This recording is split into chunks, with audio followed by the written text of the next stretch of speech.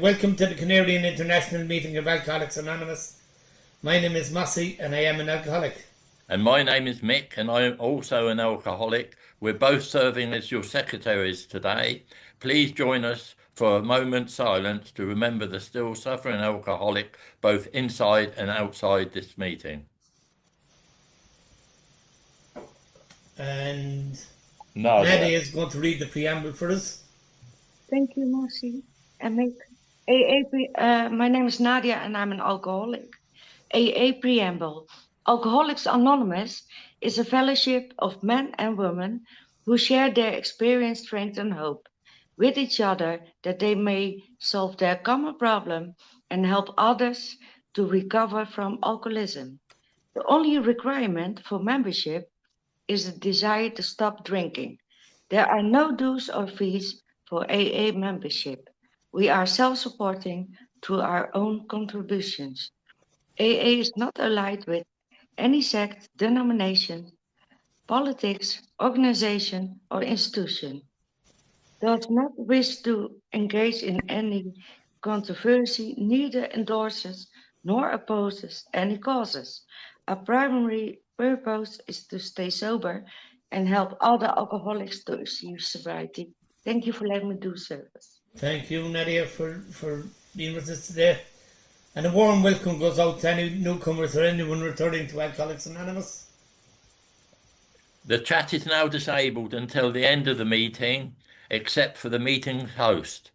If you feel the meeting security is at risk at any time during the meeting, please private message one of the co-hosts that they can check it out.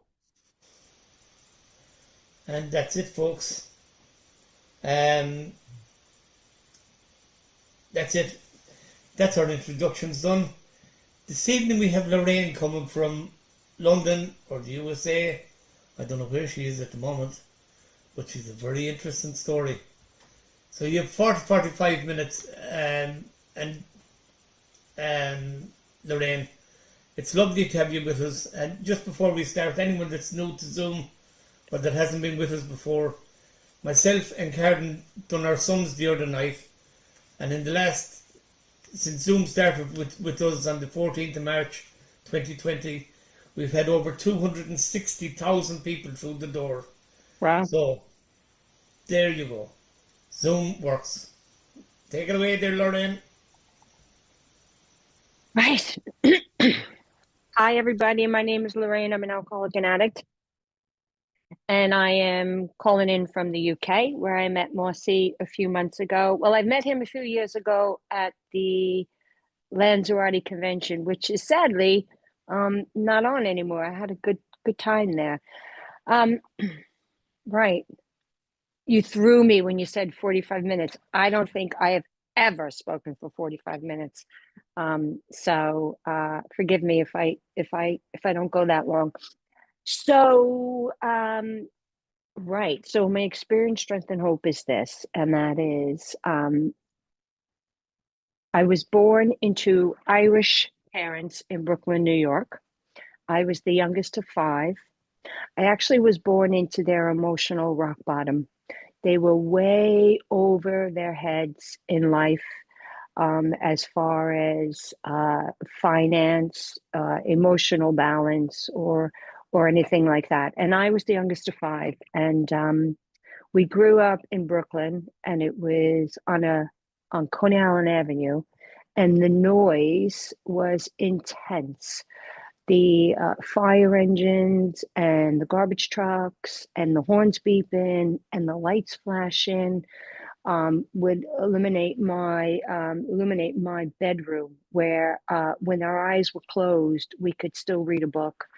And my dad was the alcoholic, but if you shake my family tree, alcoholics fall out all over the place, everywhere.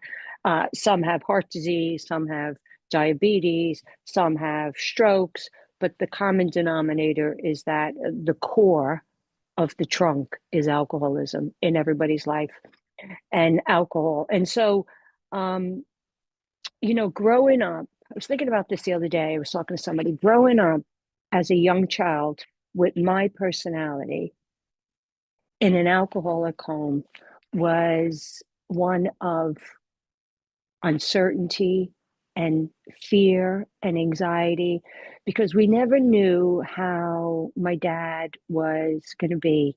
If he didn't walk through the door on a Friday night at 5 o'clock, all five of us used to kind of sit around with, nervous energy, because we knew eventually he was coming through the door.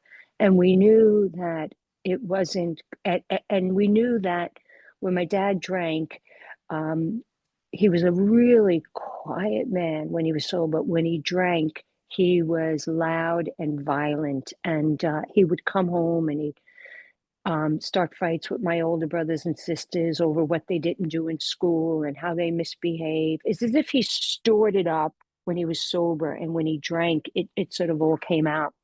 And so, as the youngest child to that, I was just riddled with fear, and I was actually paralyzed with fear. I was afraid of everything. I was afraid of driving in the car. I was afraid of going to school. I was just afraid. Like, that was my feeling all the time, was just intense fear. Now, I didn't know any of that until I got sober. And so as a kid, um, I was always running. So I was the first one out on the street. I was the first one playing games. I was on every sports team. I was on the track team, the basketball team, the swimming team, you name it, I was on it. And I was the last person to be pulled in at night when the sun went down.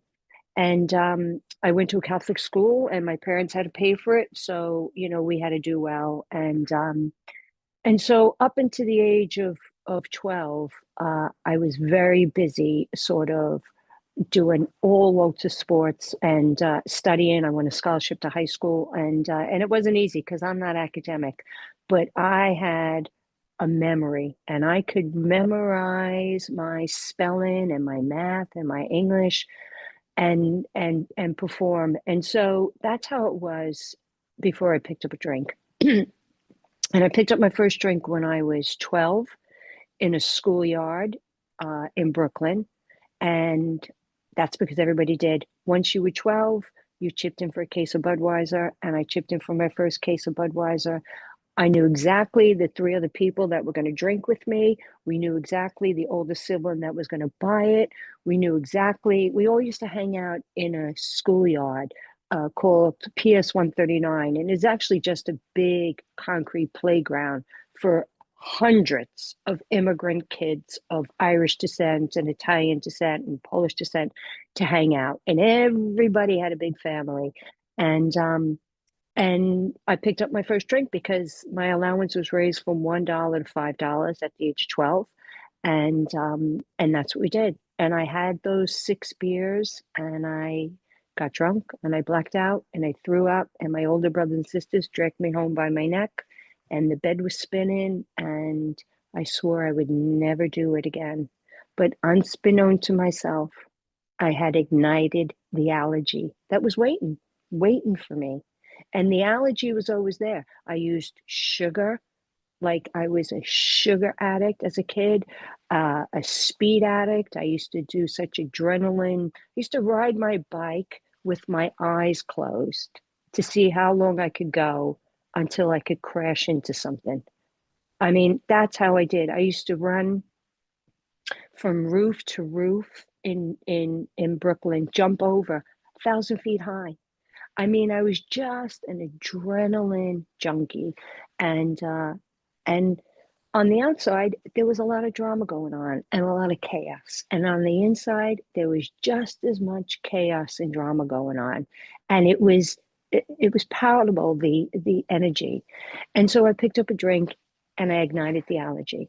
And so what can I say? By the time I was 16, I lost the scholarship. I was in 4 different high schools. My parents were taking me to Catholic charities. They were taking me to therapy.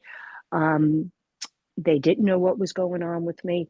But you see, I could blame everything outside me for how I was feeling inside. If you had my alcoholic father, if you were tall and freckly, so my whole existence before I came into Alcoholics Anonymous, I blamed everything outside me for the way that I was feeling inside me. And so I thought, if I can fix the outside, I can fix the inside. And so I spent a long time in my teenage years trying to get to the right school, trying to get to this, trying to get to that, but all along using alcohol and drugs, because it was a part of my story, as the solution. Had no idea any of this. I was just on autopilot. I was first thrown into AA when I was 18 by my brother, who had found me in I guess today you would call it a crack den, but back then it was a single mom who had a free flat.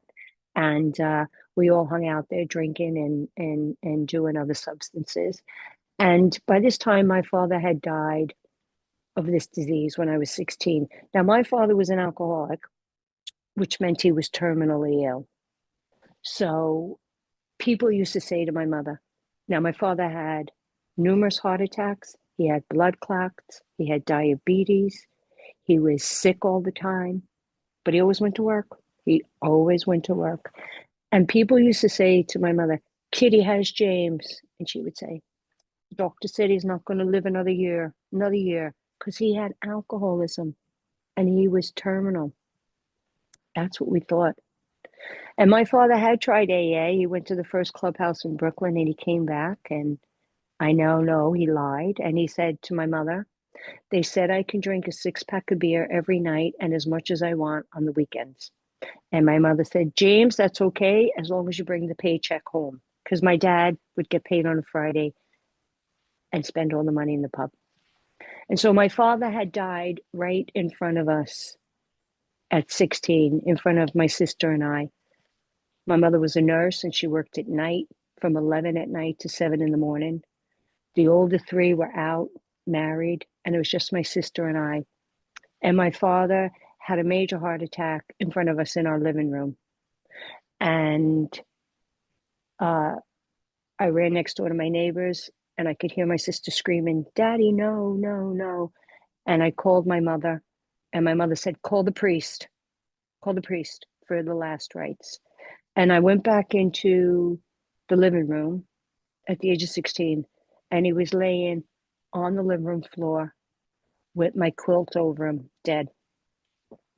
But we knew that that was going to happen because he was an alcoholic. We knew that. And, you know, of course, we had the big Irish funeral and so on and so forth. And so 2 years later, my brother drags me out of this house after disappearing for days.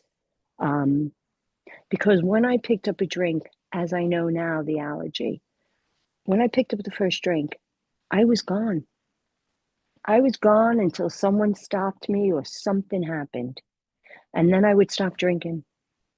And then I would get the, unbeknown to me, until I learned in AA, the heebie-jeebies, the twitching, the paranoia, the flashes, the hallucinations, and I would drink again. But I can honestly say, until I was thrown into my first AA meeting, it never occurred to me that alcohol was a problem. And so I went to my first AA meeting when I was 18. And I walked into a church basement. It was in Brooklyn. There was like 100 people. They were all old. The guy that was doing the chair had suspended belts, gray hair, sucking on a cigar. The woman in the front row had big, gray, long, curly hair. And she had a poodle underneath the table. And she was knitting from a bag. And I sat on the sideline and I looked at everybody. And I thought, what am I doing here? Like, I am not an alcoholic. I am not old enough to be an alcoholic. And they said at the end of the meeting, is anybody new? And I raised my hand. And then people started coming up to me. And I thought, oh, that guy's not bad looking. Oh, I can work that old guy for money and cigarettes. Because you see, one of the things that happens is I learned how to survive. I learned how to be a survivor. I learned how to wheel and deal and manipulate everybody and everything. I was a victim And I played that role really well. And so at the end of the meeting, they came up and they said, "You are the most important person." I said, "Finally, someone recognizes my worth." And they said, "Now listen, if you work the program the way it's suggested," now I heard you work the program the way you want to work it. And they said, "If you follow these suggestions, you will have a life beyond your wildest dreams." So they told me to get a sponsor. I got a sponsor boyfriend, 2 for 1. He had a car, he had a job, made sense to me. They told me to stick with the winners. I hung out with the people all in the back that were young, that smoked cigarettes and gossiped and didn't want to get a job and, and moaned and groaned. And they told me to get active. I went to all the coffee shops. I went to all the discos. I did all the fellowship. And they told me to do the steps, and I did them in 1 hour. It was my mother's fault. Obviously, it was my mother's fault. Anyway, after 3 months, and they told me it was Alcoholics Anonymous, so I kept on smoking pot because, come on, it's not a drug. It's an herbal plant. And after 3 months, they said, "If you're miserable, we'll refund your money." Well, after 3 months, my sponsor boyfriend dumped me. Nobody was going to the coffee shops. All the people that were sitting in the back with me were now up in the front working the program. And I said, "See, AA is not for me. I'm not an alcoholic. Like, there's something seriously wrong with me. Like, I need electric shock treatment. I need something, but not these rooms with people just talking. It doesn't work for me." And anyway, I went back out. And, I don't know if anybody's been in AA and then they go back out, right? What is the worst feeling? And that is to make believe you don't have a drinking problem once you know you do, right? So I'm in a bar and I'm drinking a Budweiser and someone's like, "Hey, Loraine, how are you? Where have you been?" And I'm like, "Yeah, I'm great." And as I'm drinking it, I'm like, "No, you're an alcoholic. You're going to go into blackout." That ticket tape. Will I go? Won't I go? Will I go? Won't I go? Anyway, I came back in 3 weeks for my 20th birthday, and that was December the 7th, 1981. And really, by the grace of God, I just celebrated 44 years. And I have to say to you, I take no credit for that. Absolute, other than the fact that I had smart feet and I came to a meeting and my journey began. And, my journey of recovery was very slow, very painful. And I was what they describe in the big book, I didn't have a spiritual boom, right? Mine happened over decades. My spiritual journey happened over decades, unbeknown to myself. And so they told me to get a sponsor, and I got a sponsor. And they told me to get a woman that you looked at and thought, "I like what she has." Not, "Oh, she's famous. Oh, she can get me tickets." They told me to do the steps and that the steps were in order.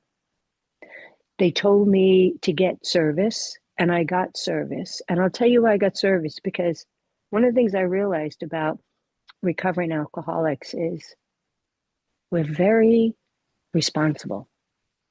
Like, if we have a commitment, for some reason, we show up at meetings. And I figured that out early. I figured if I get a commitment, I will show up. If I don't have a commitment, my head may say not to show up.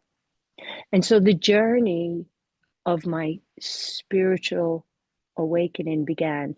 And what is my spiritual awakening? So, step one, I was powerless with alcohol. I could see it clearly now. I could see that as soon as I picked up the first drink, all bets were off. And I clearly understood that I had this voice in me that said, "No, tonight's going to be different. No, tonight's going to be different." And my life was completely unmanageable. I didn't even have a life. Didn't finish school, still lived at home, had nothing going on for me. So step one was an easy thing to get, you know. And in step two, came to believe that a power greater than myself could restore to me the sanity. Now, I was born a Catholic, but there's one thing to believe in God or a higher power, and there's another thing to feel that power. And I could not feel that power when I was doing step two because I was still so addicted to drama and chaos, and my head was spinning that it was very hard to have a clear channel to anything. So my sponsor said, at step two, Alcoholics Anonymous is your higher power. She said, because when you consistently make meetings on a daily basis and you consistently show up, you don't drink. So right now, your higher power is AA. And I was able to accept that. And then when I got to third step, they said, make a decision to turn my will and my life over to a power greater than myself. And because my sponsor very clearly said to me, Alcoholics Anonymous is your higher power, I made a decision in step three to turn my will, my thinking, and my way of being, my life, over to the instructions and the guidance of Alcoholics Anonymous. And so my job in step three was to tell that monkey brain, that John Barleycorn, that trauma, that wounded child. We got all these great words now we use for the disease of alcoholism. And my job was not to listen to that voice. My job was to listen to Alcoholics Anonymous and turn. And I have to tell you, I went to meetings going, oh my God, I don't believe this. Oh my God, blah, blah, blah. You know, so really the battle of my disease, my monkey brain, my survival, my character defects was there as I was growing this other energy, this other voice that was like, no, you go to a meeting. No, you call your sponsor. No, you go do service. And I was starting to tell myself back then to shut up, stop talking. I'm going this way. And that's basically how I did my step three.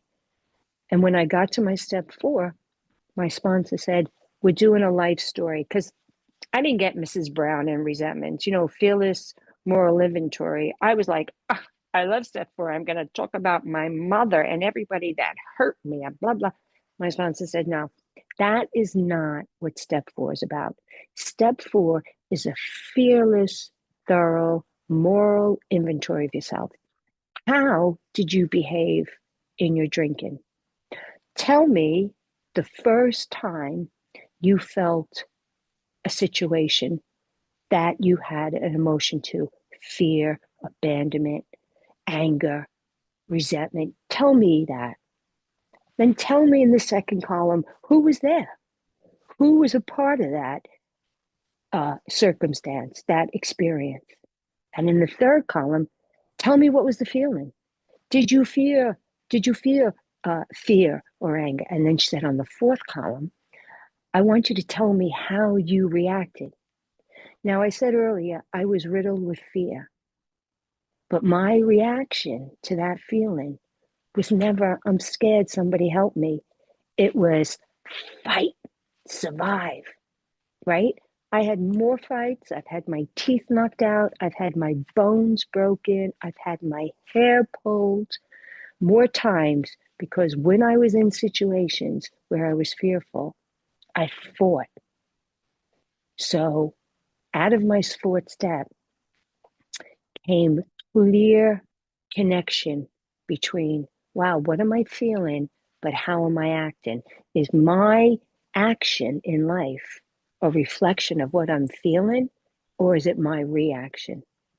And out of step four, I got to see very clearly, very, very clearly, how my disease personality was built, how my disease of fear and loneliness and scared and financial insecurity and greed and gossip.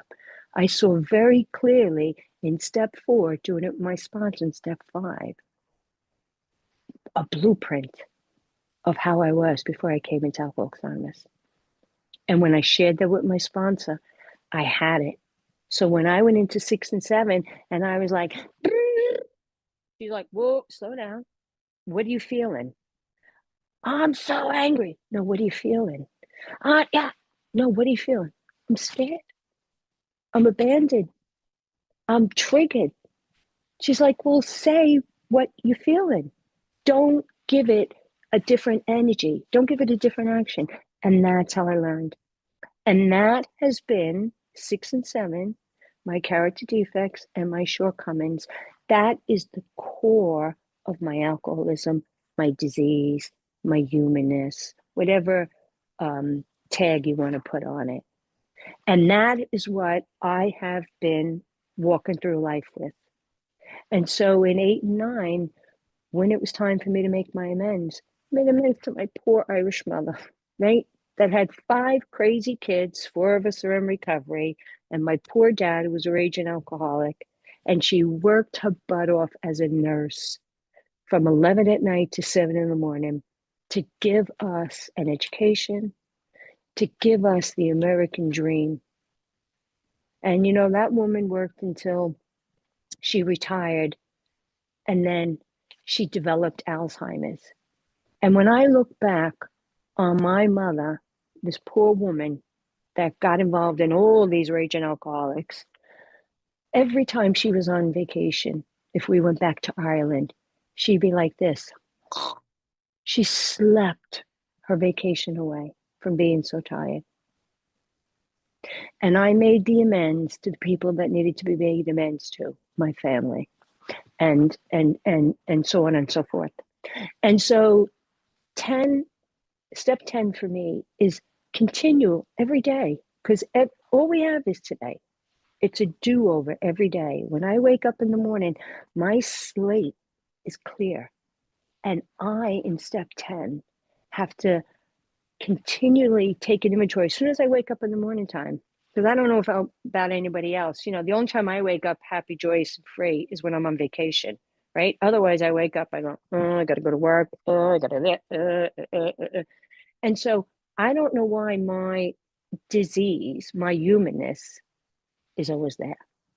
But in step 10, I had to learn to take inventory and activate my spiritual higher sober self. And by the time I got to 11, and even before I got to 11, because I cleared away all this ticker tape in my head and all this drama, and I've learned to come off of sugar, and I've learned to not be in chaos and drama, my head was pretty clear that I had a clear channel to a higher power, a clear channel.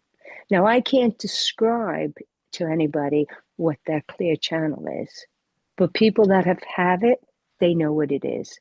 And people that don't have it, once you clear away the ticket tape in the head, there is room for the sunlight of the spirit to come in.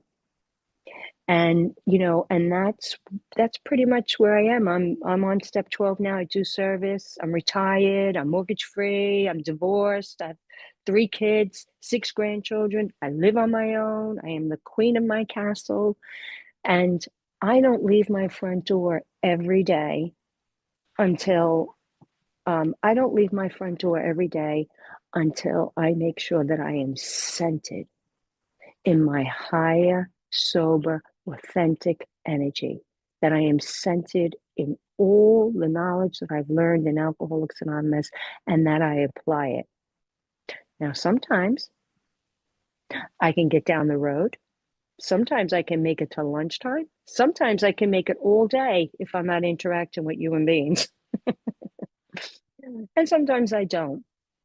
And so that's my experience, strength, and hope. And let me say that as long as you don't drink and you don't drug, right, the miracle would happen. And I used to say to my sponsor, what is the miracle? And she's like, you will get through it. Health, wealth, death, you'll get through every life experience. If you don't drink and you don't drug and you hang tough, you will get through it.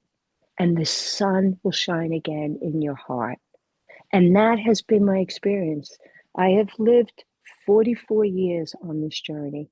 I've been through probably everything imaginable, from death to sickness to divorce to health to wealth, you name it. I have pretty much experienced everything. And at all those particular times, I have felt so overwhelmed, but I didn't drink and I didn't drug. And I'm here to tell you, the miracle has happened. So, Marcy, thank you very much for asking me. That's 30 minutes. I got nothing else. Thank you. Oh, Loraine, you're a gas ticket. I love your story. And thanks from the bottom of my heart for sharing for us today. Thank you. I love your enthusiasm. And after 44 years, that's amazing. And Nick? Right.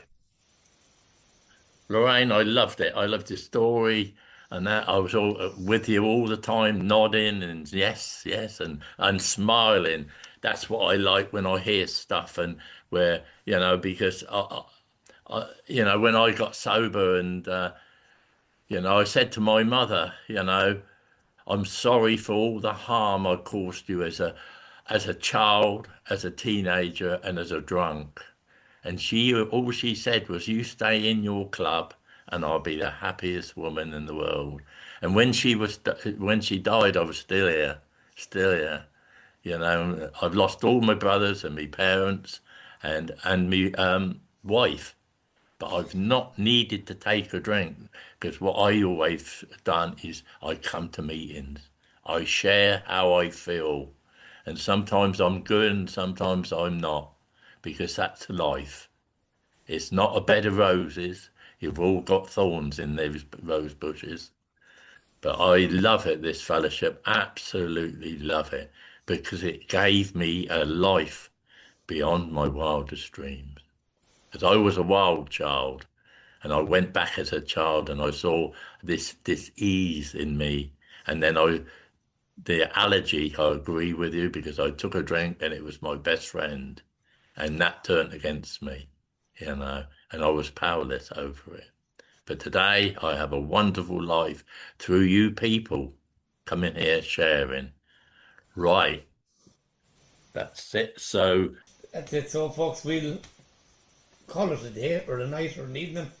yeah, we've come to the end of the meeting, and Jim H is going to do the promises. Is Jim there?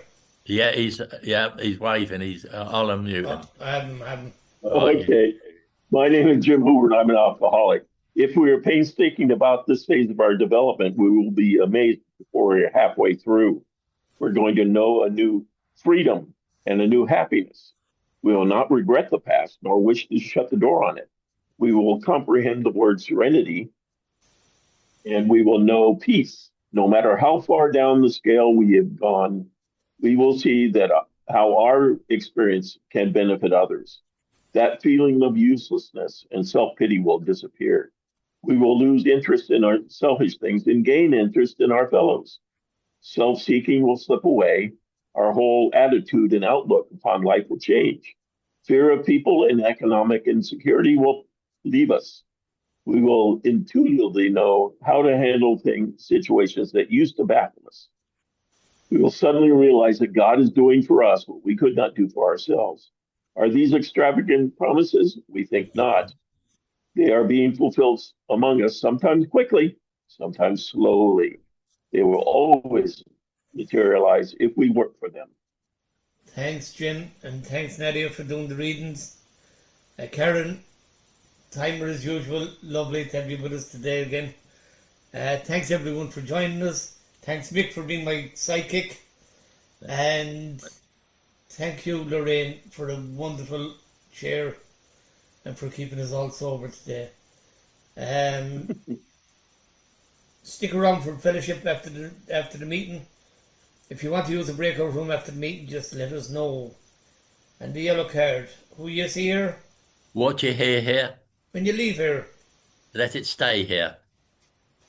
And chat will be enabled as we close the meeting with the serenity prayer. And Karen, will you lead us out with the serenity prayer? Or sorry, Loraine. Sorry. Sure. Thanks, guys, for a brilliant meeting. What a great team you are, Marcy. Anyway, thank you for asking me, and may we close with the serenity prayer. God, grant me the serenity to accept the things I cannot change, courage and change wisdom to know and the a wisdom to know the difference. difference. Thank you. Thanks, Loraine. Coming back. Thank Thanks, you. guys. Bye.